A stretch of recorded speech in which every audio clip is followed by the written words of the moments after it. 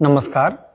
शिक्षा की बात हर शनिवार के इस नए अंक में मैं आप सभी का हार्दिक स्वागत करता हूं, अभिनंदन करता हूं। हम आज 19वें अंक के साथ उपस्थित हैं। हमारे साथ शिक्षा विभाग के अपर मुख्य सचिव डॉक्टर एस सिद्धार्थ उपस्थित हैं। हम हमेशा की तरह शिक्षकों और अभिभावकों के कुछ प्रश्नों के साथ आज हम पुनः उपस्थित हैं, जो आपके प्रश्नों का जवाब देंगे। नमस्कार सर, कुछ प्रश्न है। पहला प्रश्न है, मुस्कान है, ये नया गांव उर्दू विद्यालय डुमरी कटसरी की हैं, शिवहर में हैं। इनका कहना है कि सर, हाल ही में मेरा स्थानांतरण मेरे गृह जिला बेगूसराय में हुआ है। इसके लिए मैं विभाग का हृदय से आभार प्रकट करती हूँ, परंतु मुझे अभी तक विद्यालय अलॉट नहीं हुआ है। सर, विभिन्न शिक्षकों के द्वारा चलाए जा रहे यूट्यूब तथा अन्य चैनलों से जो जानकारी प्राप्त हो रही है, उससे बहुत ज़्यादा विचलित हूँ। कृपया समाधान करें। देखिए, हम लोगों ने जैसे कहा, हम लोगों ने करीब 80,000 ट्रांसफ़र्स करीब हम लोगों ने किए, और 1 से 6 कैटेगरी में जो प्रथम 6 कैटेगरी है, उसको हम लोगों ने हम लोगों ने स्कूल अलॉट कर दिया, केवल 34 लोगों को छोड़ के। तो 34 लोग अभी किसी कारणवश गलती से छूट गए हैं, क्योंकि डीओ को अलॉट करना था, डीओ अलॉट कर रहे थे, और स्थानांतरण के दौरान ही कुछ डीओ अपने इनबॉक्स में छोड़ के चले गए। तो करीब 34 ऐसे टीचर हैं जिसको हम लोगों ने खोज के निकाला है, और उसको हम लोग अलॉट कर रहे हैं। तो 1 से 6 जो है, उसमें सभी ने अपना स्कूल ज्वाइन कर लिया, और इसके 1 से 6 में भी अधिकांश लोगों ने अपने स्कूल ज्वाइन कर लिए जहाँ पे भी अलॉटेड थे। लेकिन कुछ लोगों ने ज्वाइन समय पे नहीं किया। 30 तारीख का अंतिम दिन था, और आज भी मुझसे मिलने के लिए कुछ लोग आए थे और कह रहे थे कि अब 30 तारीख को हम ज्वाइन नहीं कर हम लोगों ने किया, हम ज्वाइन करना चाहते हैं। तो विभाग इसकी समीक्षा करेगी कि ऐसे कितने लोग हैं और क्या है, तो वो अलग बात है। और कुछ लोगों ने ज्वाइन नहीं किया। जो ऑप्शन दिया गया था कि यदि आप ज्वाइन नहीं करना चाहते हैं तो मत ज्वाइन करिए। तो जो व्यवस्था है 1 से 6 का, तो वो एग्जैक्टली ये है कि हम लोगों ने सभी को टेकअप कर लिया। साथ ही साथ फिर हम लोगों ने दूरी का, फिर जो 7वां कैटेगरी था, उसमें महिलाओं को टेकअप किया सबसे पहले। और महिलाओं में सबसे पहले हम लोगों ने 1 से 5 का हम लोगों ने अलॉटमेंट किया, 1 to 5 का। और 1 to 5 करते करते हम लोगों ने जब इंटर डिस्ट्रिक्ट अलॉटमेंट की प्रक्रिया हम लोगों ने शुरू की, तो कुछ रेशोज़ तो हम लोग बैठ गए। मतलब एक टीचर इधर से गए, दूसरे जगह गए, दूसरे से तीसरे जगह गए। लेकिन उसमें भी करीब कुछ संख्या एक टीचर्स की, कुछ स्कूलों की है, जहाँ पे हम लोग को अचानक पता चला कि वहाँ पे स्कूल बंद होने वाले हैं। तो हम लोगों ने उस जिला तो अलॉट कर दिया। हम लोग नहीं चाहते थे कि कुछ को स्कूल अलॉट कर दें और कुछ को जिला भी नहीं अलॉट करें। तो हम लोगों ने जिला अलॉट कर दिया, और हम लोग इस व्यवस्था में मैनेज करने में है कि कुछ टीचर्स वहाँ जब जाएंगे तब हम लोग उस टीचर्स को रिलीव कर देंगे।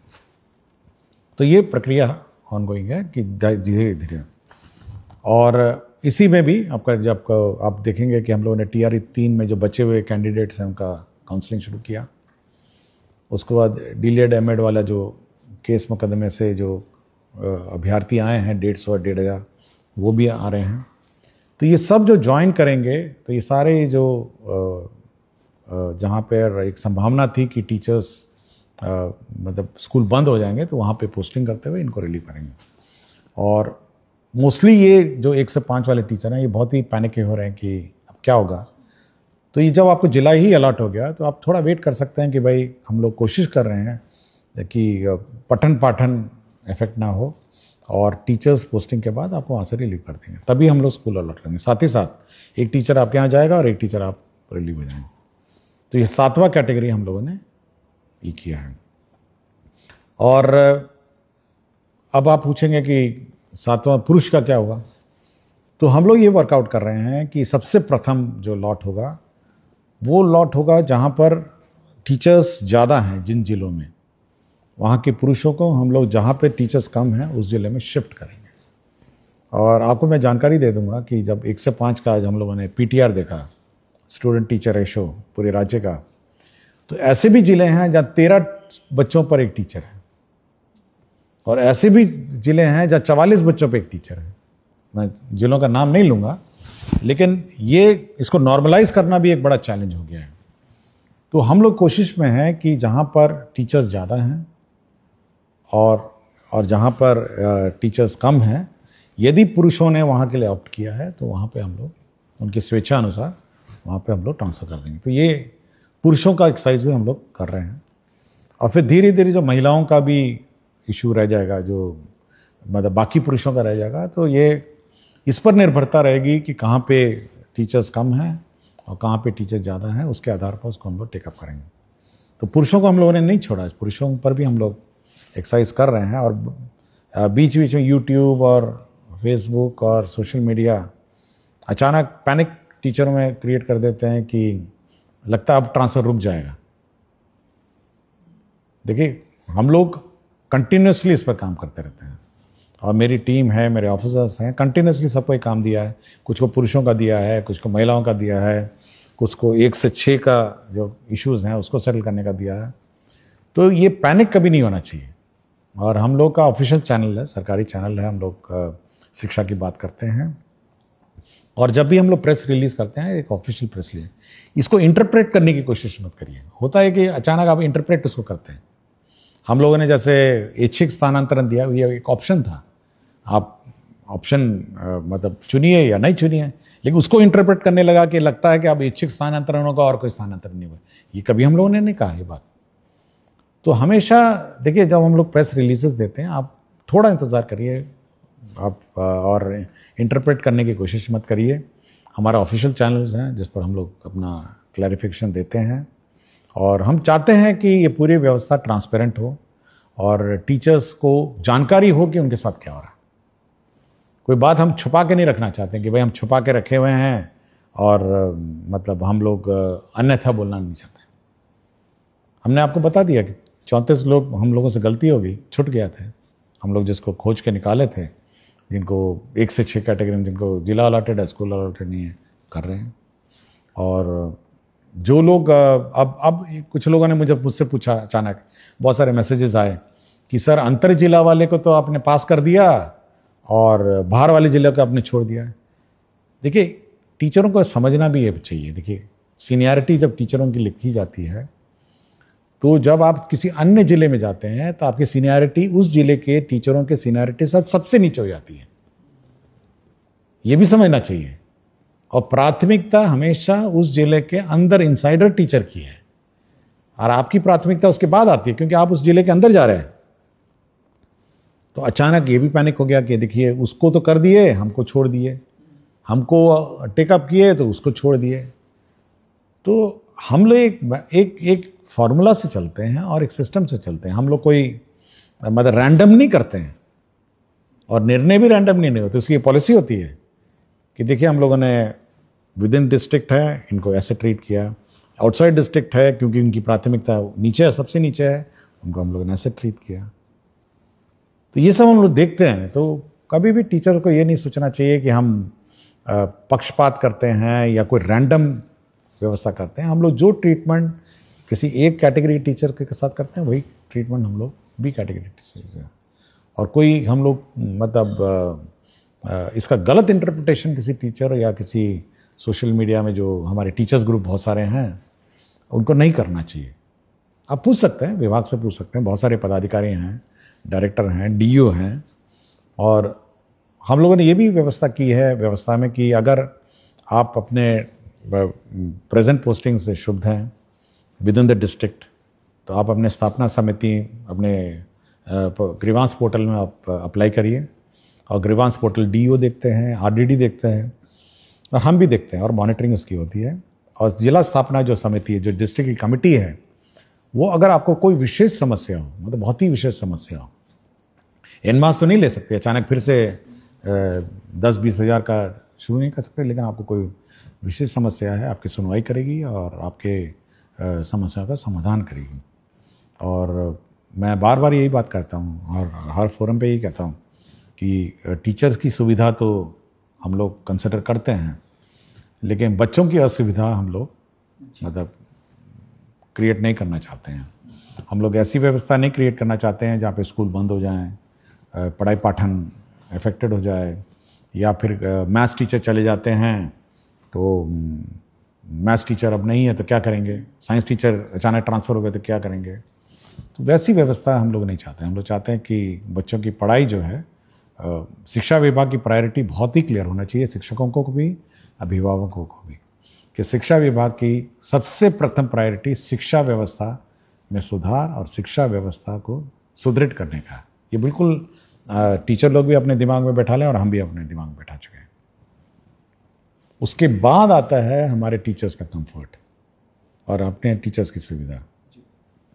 ये ऊपर ओवरराइड नहीं कर सकता है कि हम अचानक टीचरों को रिलीव कर दें और स्कूल बंद कर दें। नो, ये हम लोग नहीं कर सकते। शिक्षा व्यवस्था, सरकार 22% बजट इसलिए देती है कि हमारे बच्चे पढ़ें, हमारे बच्चों को अच्छी पढ़ाई हो, और इसीलिए सरकार ने बहाल किया है विभिन्न स्कूलों के लिए टीचर्स की पढ़ाई सुचारू रूप से चले।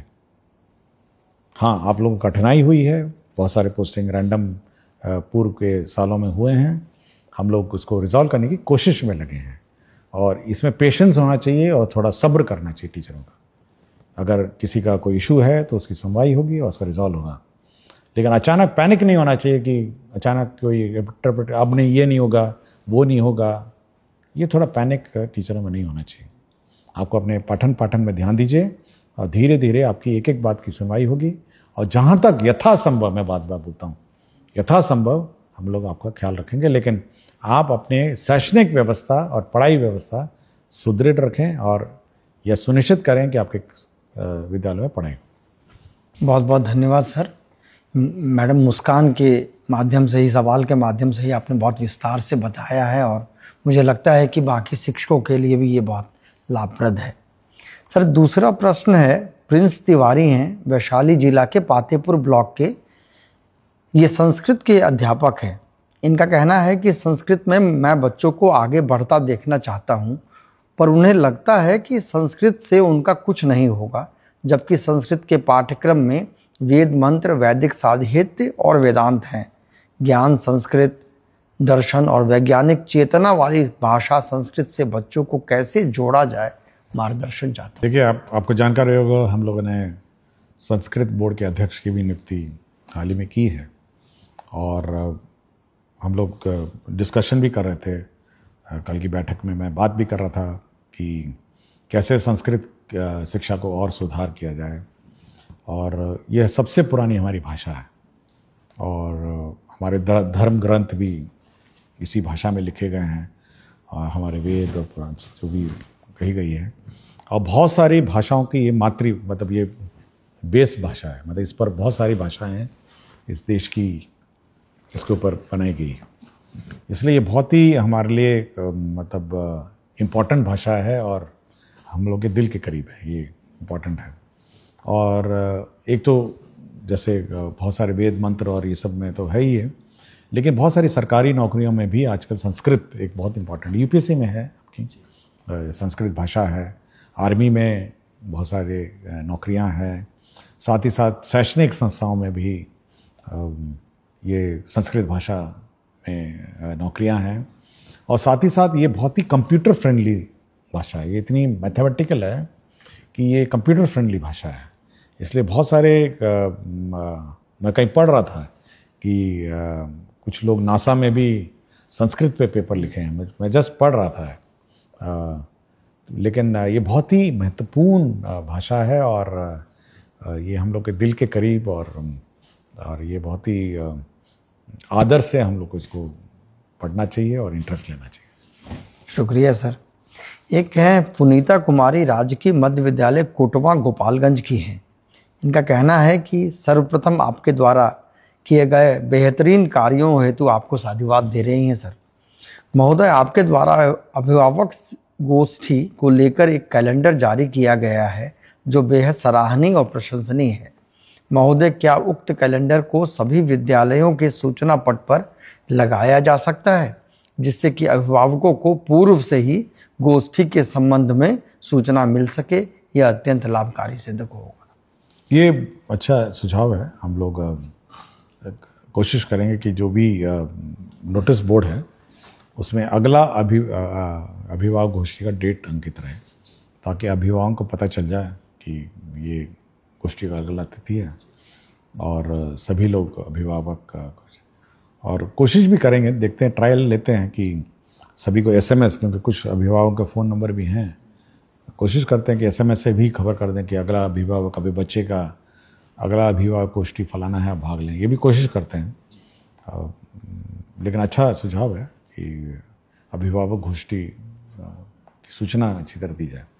बहुत उपयोगी है सर। एक शिक्षक ने पूछा है कि आदरणीय ACS महोदय, वोटर सत्यापन के कार्य में विद्यालय के 80-90% शिक्षक लग गए हैं। ऐसे में जो विद्यालय में रह गए हैं उन्हें बहुत कठिनाई हो रही है। कई विद्यालयों में मात्र एक ही शिक्षक है। ऐसे में विद्यालय का संचालन कैसे करेंगे, इस पर कोई दिशा? देखिए, इलेक्शन का कार्य महत्वपूर्ण कार्य है, और ये पीपल्स रिप्रेजेंटेशन एक्ट से गवर्नड है, इसलिए उसके बारे में मैं कोई टिप्पणी नहीं करूँगा। लेकिन मैंने सभी DOs को कहा है कि वो मॉनिटर करें हर स्कूल्स को, जहाँ पे भी टीचर्स अपने वोटर लिस्ट पुनरीक्षण कार्य में व्यस्त हैं, तो अन्य अगल बगल के स्कूलों में से टीचर्स को लगा के डिप्यूट करके संचालन करेंगे, और ये सुनिश्चित करेंगे कि शैक्षणिक कार्य प्रभावित नहीं हो, क्योंकि आगे फिर इलेक्शन भी है, उसमें भी हो सकता है ये सब कार्य प्रभावित होगा। और साथ ही साथ RDD को भी कहा गया है कि आप मॉनिटर करिए कि ऐसा ना हो कि सारे के सारे टीचर वोटर लिस्ट वेरिफिकेशन में चले जाएं और शैक्षणिक कार्य प्रभावित हो। अगल बगल पंचायत में, उसी पंचायत के टीचरों को डिप्यूट करके उसको काम शुरू किया जाए और सुनिश्चित किया जाए कि शैक्षणिक कार्य प्रभावित हो। शुक्रिया सर। एक सतीश कुमार हैं, ग्राम पिपरा धुकराहा, रामनगर, पश्चिम चंपारण के। ये निवासी हैं सर। इनका कहना है कि इनके 2 बच्चे हैं, पिपरा धुकराहा रामनगर में ये पढ़ते हैं। महाशय, आजकल अत्यधिक गर्मी के सीज़न में भी किसी कक्ष में पंखा नहीं लगवाया गया है, जिसकी वजह से हमारे बच्चे की तबीयत खराब हो जाती है। अतः महाशय से निवेदन है कि विद्यालय में पंखा। देखिए, हम लोगों ने सभी हेडमास्टर्स को 50,000 रुपये दिया था, लास्ट ईयर भी दिया और इस साल भी दिया। ये इसीलिए दिया था कि पंखा लगाइए और तार खींच के पंखा लगाइए, स्विच लगाइए। ये बिल्कुल स्पेसिफिक डायरेक्शन है, क्योंकि ये मुख्यालय से हम लोग कुछ नहीं कर सकते। हम लोगों ने सभी को पैसे दे दिया कि भाई आप पंखा लगाइए, और अब ये भी कहा कि गर्मी सीज़न के शुरुआत में ही आप लगाइए। अब ये क्यों ये लापरवाही हेडमास्टर साहब ने की है, इसकी मैं जांच करवाता हूँ, क्योंकि मैंने सुनिश्चित किया था कि आप गर्मी शुरू होने से पहले सारे कमरों में पंखा कितना दाम होगा, 5,000 से ज़्यादा का क्या होगा, तार वार लगाना है, स्विच लगाना है। अब 50,000 मैंने दिए हैं सारे स्कूल को, 2 बार दे चुका हूँ मैं। तो ये मैं चेक करता हूँ कि हेडमास्टर ने क्यों नहीं किया, और ये बिल्कुल स्पष्ट है। मतलब मैं बाकी अभिभावक को कह रहा हूँ कि ये हेडमास्टर को पैसा दिया गया है पंखा लगाने के लिए, स्विच तार सबके लिए। Thank you sir. ये एक मनीष कुमार हैं, वर्तमान में अररिया जिले के नरपतगंज ब्लॉक के उत्क्रमित उच्च विद्यालय मिर्दौल में PGT केमिस्ट्री के शिक्षक हैं। इन्होंने कहा है कि मैंने अपनी पढ़ाई IIT पल्लाक्कड़ केरला से की है। उसके पश्चात PW कैरियर पॉइंट जैसे बड़े कोचिंग संस्थानों में केमिस्ट्री फैकल्टी के रूप में 1 लाख रुपए से अधिक की महीने की सैलरी छोड़कर सरकारी विद्यालय में शिक्षण प्रारंभ किया, ताकि आर्थिक स्थिति से जूझ रहे बच्चों के JEE नीट जैसे परीक्षा को पास करने में बाधा न आए। लेकिन वर्तमान स्थिति यह है कि यहाँ फिजिक्स और मैथमेटिक्स के PGT शिक्षक ही नहीं हैं, जिसके चलते टीम वर्क हो नहीं पा रहा है, साथ ही अन्य परेशानियों का भी सामना करना पड़ रहा है। अतः मेरा उद्देश्य पूरा नहीं हो पा रहा है। तो क्या मुझे BSEB फ्री कोचिंग ज्वाइन करने का आदेश और स्वीकृति विभाग से मिल सकता है? देखिए, हम लोगों ने, आपको याद होगा, हाल ही में हमने चिट्ठी लिखा है कि जहाँ पर जो सब्जेक्ट टीचर्स नहीं हैं, आप डेपुटेशन से उसको काम चलाइए। अगल बगल पंचायत के जो स्कूल्स हैं उसी में आप डेपुटेशन से काम चलाइए। और हमारी बात भी हो रही है साइंस एंड टेक्नोलॉजी डिपार्टमेंट के साथ कि कुछ फैकल्टी या कुछ स्टूडेंट्स जो मतलब मैथ्स और साइंस पढ़ा सकें, तो वो भी कुछ कंट्रीब्यूट करेंगे। तो ये 2 स्ट्रीम है जो हम लोग कर रहे हैं, और कोशिश करेंगे कि ये जो टीचर्स की कमी है ये पूरी हो जाए, और अगला जो रिक्रूटमेंट है उसमें हम विशेषकर ये जो स्पेसिफिक सब्जेक्ट वैकेंसीज हैं इस पर ज़्यादा ध्यान देंगे। और जहाँ तक ये कंपटीशन की बात है, मैं बताना चाहूँगा कि हम लोग जितने भी देश के प्रमुख कोचिंग संस्थाएं हैं जो जेई नीट और ये सब का कोचिंग देते हैं, उनसे हम लोग MOU कर रहे हैं। हाल ही में हम लोगों ने कस्तूरबा गांधी विद्यालय का फिज़िक्स वाला PW के साथ हम लोगों ने MOU करने का निर्णय लिया। उनका ऑफ़र आया था तो हम लोगों ने निर्णय ले लिया है कि अब फिज़िक्स वाला जितने भी कस्तूरबा गांधी विद्यालय हमारे हैं, लड़कियां हैं, उनको कोचिंग कराएंगे। और इसके लिए हम लोगों ने 1.5 लाख रुपए जो टीवी मॉनिटर है ऑनलाइन कोचिंग के लिए और जो भी इंफ्रास्ट्रक्चर है उसके लिए हम लोगों ने सैंक्शन भी कर दिया है। तो धीरे धीरे हम लोग जब बाकी जितने भी अन्य कोचिंग संस्थाएं हैं उनके साथ भी धीरे धीरे हम लोग विभिन्न विद्यालय और विविध आवासीय विद्यालय इनके साथ हम लोग अब टाई अप करेंगे। तो कंपटीशन तो राज्य सरकार चाहती है कि हमारे बच्चे कंपटीशन की तैयारी करें और ये अच्छी बात है। इस प्रकार के जो टीचर हैं, मैं तो हैरान था कि IIT कोझिकोड से हैं ना, पलक्कड़ से हैं। तो हम लोग इनको रिसोर्स पर्सन इस व्यवस्था के लिए यूज़ कर सकते हैं कि आप आकर जो कस्तूरबा गांधी विद्यालय में जो कोचिंग कराई जा रही है उसको कोऑर्डिनेट करने के लिए हम इनको यूज़ कर सकते हैं। लेकिन मुझे इतना ही डर है कि अगर मैं उनको भी निकाल दूंगा, जो अभी बाकी टीचर की कमी है, तो इनकी भी कमी हो जाएगी वहाँ पे। तो कुछ व्यवस्था करते हैं, आई विल ट्राई कि वहाँ टीचर किसी अन्य स्कूलों से डिप्यूट करें और इनको हम ज़रूर रिसोर्स पर्सन के रूप में यूज़ करेंगे। बहुत बहुत शुक्रिया सर। ये मुझे निश्चित है कि KGBB की लड़कियाँ बहुत खुश हों। हाँ, हम चाहते हैं कि वो बहुत सबसे गरीब परिवार की आती हैं, कस्तूरबा गांधी विद्यालय हॉस्टल में रहती हैं, तो कम से कम एक कोचिंग का जो एक्सपोजर है या ट्रेनिंग है, कम से कम वो मिल सकेगा हमको। शुक्रिया सर। एक नताशा है, विशिष्ट शिक्षिका हैं। इनका प्रश्न है कि ग्रीष्मावकाश के बाद विद्यालय खुलने के दिन अगर कोई बीमार है या किसी इमरजेंसी में बाहर फंस गया है तो क्या विशेषावकाश या आकस्मिक अवकाश का उपयोग कर सकता है? देखिए, अवकाश के बारे में डिटेल गाइडलाइन है और अगर कोई ऐसी परिस्थिति में तो अवकाश तो मिल ही जाना चाहिए। हमको नहीं लगता कोई अवकाश मिलने में कोई प्रॉब्लम है। ये प्रश्न है गोपाल कुमार बेलसन सीतामढ़ी के हैं। सर, इनका कहना है कि आपके नेतृत्व का मैं प्रशंसक हूं और महोदय, उच्च माध्यमिक विद्यालय में इस सत्र से त्रैमासिक परीक्षा होनी है। पूर्व में यह मासिक था। निर्धारित सिलेबस जिसे त्रैमासिक परीक्षा, अर्धवार्षिक एवं वार्षिक परीक्षा में प्रश्न पूछे जाएंगे, उक्त में हमेशा कन्फ्यूजन की स्थिति बनी रहती है।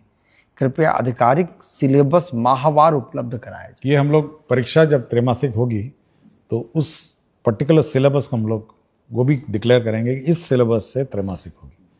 तो ये CRT आपको कम्युनिकेट करेगा कि इस सिलेबस से आपकी परीक्षा होगी। ऐसा नहीं हो कि डेट निर्धारित है लेकिन सिलेबस निर्धारित, ये स्पेसिफिक हम लोग निर्धारित। बहुत यूजफुल है सर। एक शिक्षक पूछ रहे हैं कि विभाग से लेकर विद्यालय तक सूचनाओं का सही तरीके से प्रसार नहीं होने पाने के कारण कई बार विद्यालय स्तर पर कार्य बाधित होता है। सर, क्या विभाग कोई ऐसा तरीका ढूंढ रहा है जिससे सूचना एक जैसा सभी विद्यालय तक पहुंचे और सही काम हो सके? देखिए, हम लोगों ने सभी विद्यालयों में टैबलेट भेजा है और बहुत सारे विद्यालयों में पहुंच भी गया है। मेरे ख्याल से 3-4 दिन में और भी पहुंच जाएगा। देखिए, ये बहुत विशेष प्रकार का टैबलेट है। ये नॉर्मल जो हम लोग यूज़ करते हैं उससे हल्का सा भिन्न है। वो इसलिए भिन्न है कि इसमें वही सॉफ्टवेयर लोड हो सकता है जो मुख्यालय से आपको निर्देशित होगा, अन्यथा वो सॉफ्टवेयर अपने डिलीट हो जाएगा। पहले तो ये है। दूसरा है, ये हमारे सेंट्रल सर्वर से लिंक्ड है। जो टैबलेट है ये बिल्कुल हमारे सेंट्रल जो मैसेजिंग सिस्टम है उससे लिंक्ड है और मुख्यालय से जैसे ही हम इसमें पत्र डालेंगे वो आपके टैबलेट में नजर आ जाएगा। या मुख्यालय से हम कोई भी सूचना देंगे तो हर स्कूल में अपने आप पहुंच जाएगा। ये DO से, फिर DO से BO, BO से टीचर, या फिर सोशल मीडिया के माध्यम से, बिल्कुल मतलब वो बंद कर दिए। हम अगर कहेंगे कि ये टीचर का पत्र है और अभी तुरंत जाना है तो सारे स्कूल के टैबलेट में पहुंच जाएगा। तो अब वो व्यवस्था हो गई है कि हम लोग बिल्कुल मैसेजिंग सिस्टम जो है बिल्कुल कनेक्टेड हो गई है। मतलब हम लोग यहाँ से भेजेंगे और वो वहाँ के टैबलेट में आ जाएगा। और साथ ही साथ उल्टा भी है, हम लोग अगर टैबलेट से कोई सूचना निकालना चाहेंगे तो ऑटोमेटिकली पुल व्यवस्था भी है कि हम उस टैबलेट को एक्सेस कर सकते हैं और वहाँ से हम लोग सूचना प्राप्त कर सकते हैं। तो ये 2 वे कम्युनिकेशन है, वो टैबलेट है और बहुत महत्वपूर्ण डिवाइस है। ऐसा नहीं है कि वो कोई नॉर्मल मोबाइल फ़ोन की तरह की, ये कम्युनिकेशन डिवाइस है और ये लिंक करता है हमारे मुख्यालय के सेंट्रल सर्वर को, डीओ को, बीओ को और टीचर को।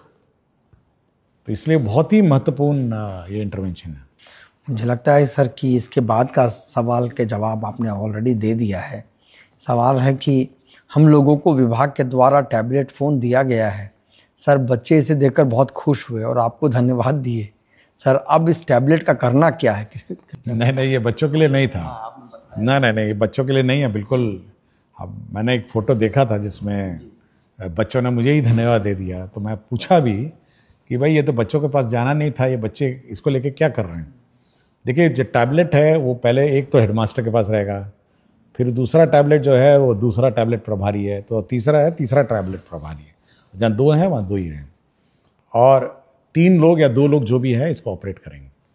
और ये कम्युनिकेशन सिस्टम है शिक्षा विभाग का मुख्यालय और स्कूल का बीच का। स्कूल की गतिविधियाँ वो टैबलेट में दर्ज करेंगे। मुख्यालय कोई सूचना देना चाहेगा दे सकता है और मुख्यालय अगर किसी स्कूल की गतिविधियां देखना चाहेगा वो इस टैबलेट के माध्यम से देख सकेगा। तो ये कम्युनिकेशन डिवाइस है। ये बच्चों के लिए नहीं गया है, बच्चों के लिए अलग से है। बच्चों के लिए अलग से स्मार्ट क्लास बन रहा है, सैंक्शन हो रहा है। बच्चों के लिए अलग से आईसीटी लैब है। मैं चाहता हूं कि वो लोग उसमें ज़्यादा ध्यान दें, ये टैबलेट लेकर नहीं घूमें। और टैबलेट हमारे जो शिक्षकगण हैं वो कम्युनिकेशन के रूप में इसको यूज़ करें। और क्या पढ़ाना है, क्या कोर्स है, क्या सिलेबस है, क्या क्वेश्चन पेपर है, वो भी इसी में आना है। प्रश्न पत्र जो है वो भी इसी में आना है। और क्या कोर्स आप पढ़ाए हैं ये भी इसी में आना है। कितने बच्चे उपस्थित हैं ये भी आना है। तो ये बहुत महत्वपूर्ण डिवाइस है। ये इसको मतलब ये होलिस्टिक मॉनिटरिंग सिस्टम है विद्यालयों का। आपका बहुत बहुत शुक्रिया सर।